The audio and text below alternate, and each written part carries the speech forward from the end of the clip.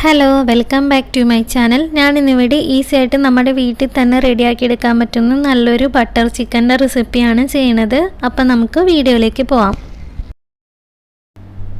അതിന് വേണ്ടിയിട്ട് ഞാനിവിടെ ഒരു 1/2 കിലോ ചിക്കൻ എല്ലില്ലാത്ത പീസ് ഇതുപോലെ ചെറുതായിട്ടൊന്ന് കട്ട് ചെയ്തെടുത്തിട്ടുണ്ട്.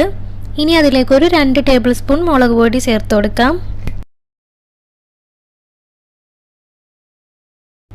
ഇനി അതിലേക്ക് 1 ടേബിൾ സ്പൂൺ വെളുത്തുള്ളി ഇഞ്ചി പേസ്റ്റ് ചേർത്ത് കൊടുക്കാം.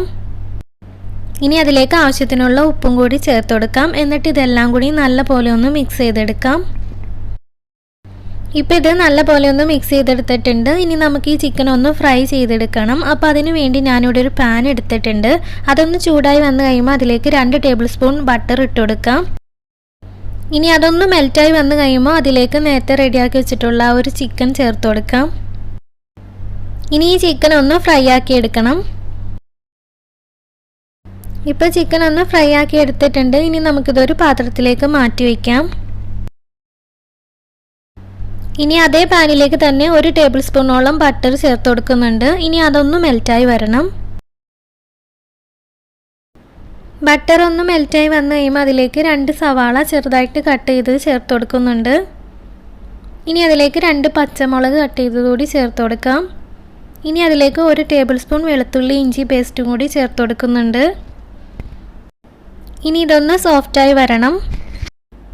സവാളയൊക്കെ സോഫ്റ്റായി വന്നു കഴിയുമ്പോൾ അതിലേക്ക് ഒരു 20ഓളം കാഷ്യൂ ചേർത്ത് കൊടുക്കുന്നുണ്ട്. ഇനി അതിലേക്കൊരു 3 തക്കാളി ചെറുതായിട്ട് കട്ട് ചെയ്തതുകൂടി ചേർത്ത് കൊടുക്കുന്നുണ്ട്. ഇനി ഈ തക്കാളി ഒന്ന് സോഫ്റ്റായി വന്ന വരെ ഒന്ന് വഴറ്റിയെടുക്കാം. തക്കാളിയൊക്കെ ഒന്ന് സോഫ്റ്റായി വന്നു കഴിയുമ്പോൾ അതിലേക്ക് 1 ടേബിൾ സ്പൂൺ മുളക് പൊടിയും 1 ടേബിൾ സ്പൂൺ ഗരം മസാലയും ആവശ്യത്തിനുള്ള ഉപ്പും കൂടി ചേർത്ത് കൊടുക്കാം. ഇനി ഈ മസാലയുടെ ഒരു പച്ചക്കുത്ത് മാറണ വരെ ഇതൊന്ന് വഴറ്റിയെടുക്കണം.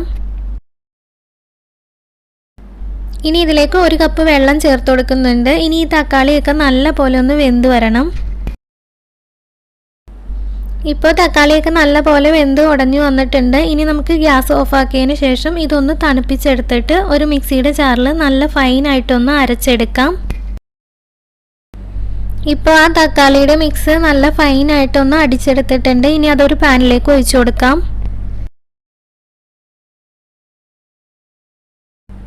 ഇനി അതിലേക്കൊരു 1/4 കപ്പോളം ഫ്രഷ് ക്രീമും കൂടി ചേർത്ത് കൊടുക്കുന്നുണ്ട്. ഇനി ഇത് കുറഞ്ഞ ഫ്ലെയിമിൽ വെച്ചിട്ട് നല്ല പോലെ ഒന്ന് മിക്സ് ചെയ്തെടുക്കാം. നല്ല പോലെ മിക്സ് ചെയ്തതിന് ശേഷം നേരത്തെ ഫ്രൈ ചെയ്ത് വെച്ചിട്ടുള്ള ചിക്കൻ അതിലേക്ക് ചേർത്ത് കൊടുക്കാം. അതുകൂടി ഒന്ന് മിക്സ് ചെയ്തെടുക്കാം. ഇനി അതിലേക്ക് ഒരു 1/2 ടേബിൾ സ്പൂണോളം കസൂരി മേത്തി കൂടി ചേർത്ത് കൊടുക്കുന്നുണ്ട്. അതായത് ഉലുവയുടെ ഇല ഉണക്കി പൊടിച്ചതാണ്. അതുകൂടി ചേർത്ത് കൊടുക്കാം.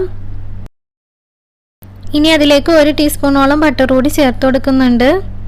ഇനി അത് നല്ല പോലെ ഒന്ന് മിക്സ് ചെയ്തെടുക്കാം. ഇപ്പം നമ്മുടെ ബട്ടർ ചിക്കൻ റെഡി ആയിട്ടുണ്ട്. വളരെ എളുപ്പത്തിൽ വീട്ടിൽ തന്നെ നമുക്ക് റെഡിയാക്കി എടുക്കാവുന്നതാണ്. പൊറോട്ടയുടെയും നാനിൻ്റെയും ചപ്പാത്തിയുടെയും ഒക്കെ കൂടെ നല്ലൊരു കോമ്പിനേഷനാണ്. ഇതുപോലെ ട്രൈ ചെയ്യാത്തവരുണ്ടെങ്കിൽ ഒന്ന് ട്രൈ ചെയ്ത് നോക്കുക. എൻ്റെ വീഡിയോ ഇഷ്ടമാണെങ്കിൽ ലൈക്ക് ചെയ്യുക. പുതിയ വ്യൂവേഴ്സ് ആണെങ്കിൽ സബ്സ്ക്രൈബ് ചെയ്യാനും മറക്കരുതേ.